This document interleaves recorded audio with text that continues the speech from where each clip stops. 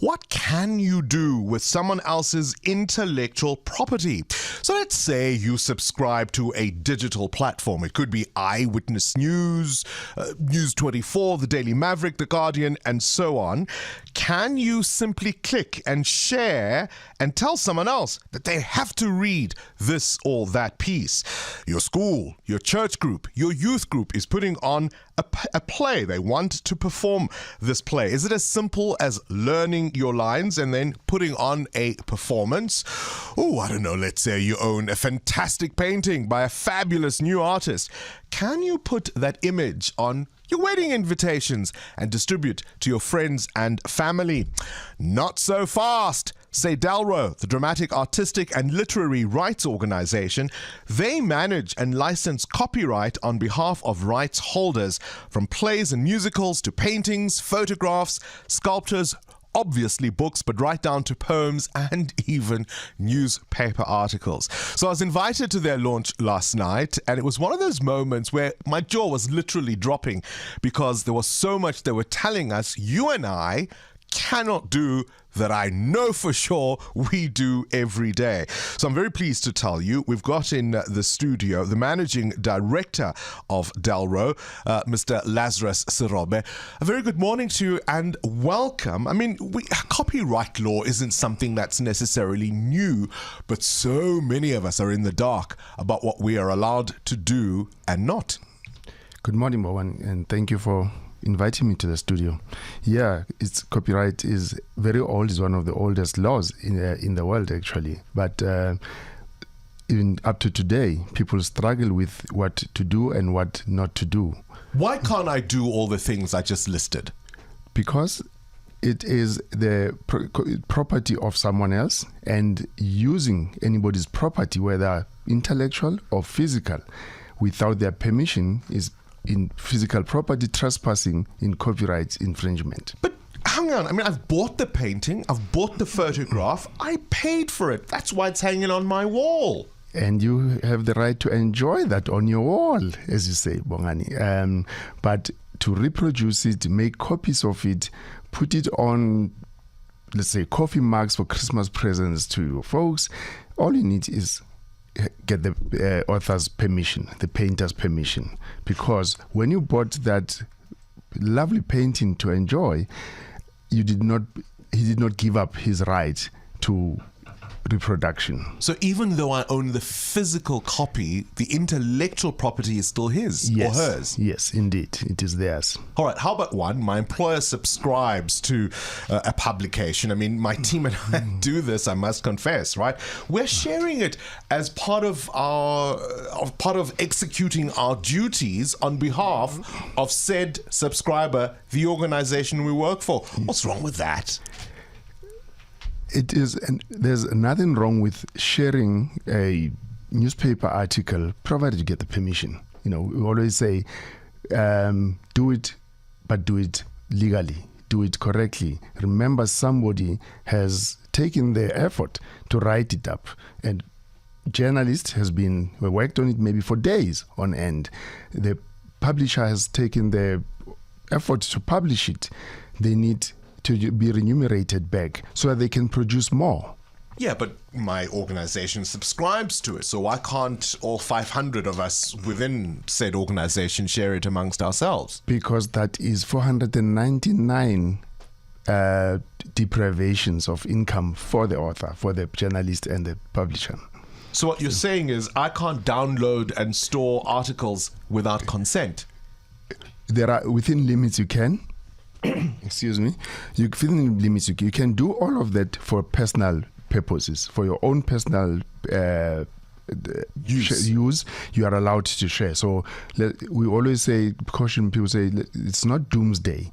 As long as you don't do it in such a way that it's commercial, you're doing or depriving the author of income, or competing with the author, doing something that they would have liked to do themselves, i.e. to distribute to those 500 people for some benefit. If I tweet it?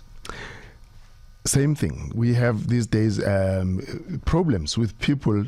I don't know, I'm not a social media person. I don't know if you can tweet this, but on social media, people sharing whole books. PDFs of a novel that they like, and they send it to their friends and or colleagues or book clubs, like you say, or church groups. You can share the Bible, but not all other. God doesn't mind.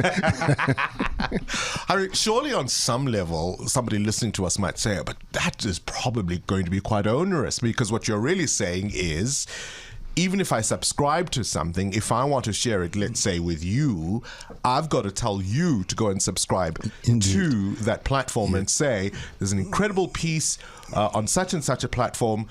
Why don't you subscribe it? Go subscribe yourself and go look at it. Indeed, that's what it is. Remember, think of it this way. You have subscribed. You've taken the trouble to subscribe. Why does your friend not do the same? Subscribe, and therefore get the benefit to enjoy those articles or content, whatever it is, just like you do.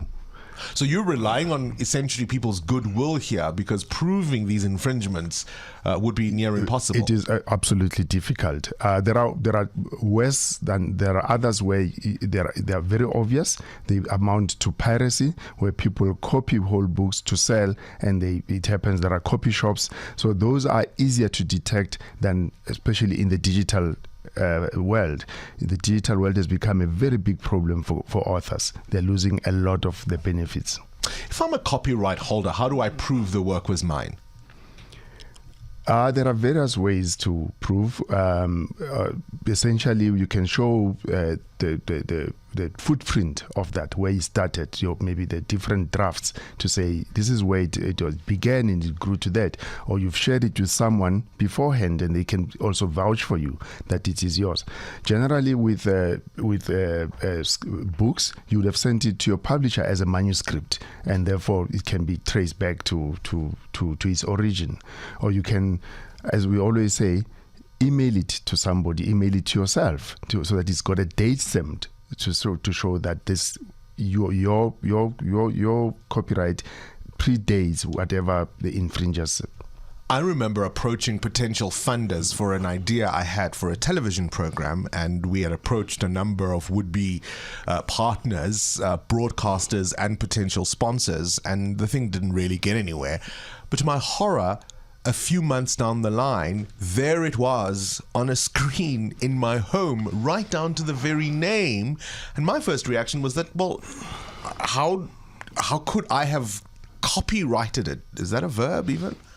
Yeah, it is a verb. Actually, it has become a verb in the English world. Look, it's very difficult. Copyright does not apply to ideas. You've got to reduce it to a material form somehow. You've got to have a manuscript to show. You've got to have maybe some videos, if it's a pilot, for instance, of a show. But once it's just an idea that you're talking about, then it's not copyrightable. Ideas are not copyrightable until they're reduced to a material format. But what about the argument that surely if something is online, it is now already in the public domain and is therefore free for all of us to use? That is a very false perception. It does. It depends what it is. Sometimes authors and publishers will put something online with the permission for people to share, and often they will say you are permitted to share. Unless that is expressly stated, then it is not for sharing. The thing that keeps on stunning me is that we do this all the time. We in the media do it. Hell, even media monitoring companies do this. Lawyers do this. They copy journals and they spread them amongst themselves. Indeed. We do, as DALRO, give license to media monitoring companies. Most of them actually do it with permission. It's just that they don't announce it. So they are aware. What they should be doing is telling their customers as well to take up a license so that they can share it within their specific organizations. But media monitoring organizations, often, most of them do have a license to share with their clients. Ignorance an excuse? No, the law excuse is never. Ignorance is never an excuse to the law. So ultimately, who do you represent? Do you represent the interests of the owners of the rights of the works? Yes, we represent the interests of the authors, the publishers, the painters, the script writers, the playwrights, that's who we represent. But we also see our role as going beyond that to facilitate better use, to facilitate legal use by the users, so that there's a balance in what they're doing, to make it easier for users not to transgress the law. And to educate the rest of us. And to educate, indeed, that's a very important part of what we do. Does copyright ever expire? Yes, it does. It's limited in time. So generally speaking, copyright subsists for 50 years after the death of the author. So it will live for 50 years after the author has died. So during his lifetime, it's there, and then 50 years later, after he dies, generally speaking, there are exceptions. What about the democratization of content? I mean, part of the fallist movement was around bringing down the costs of education and access to information. Isn't that a right?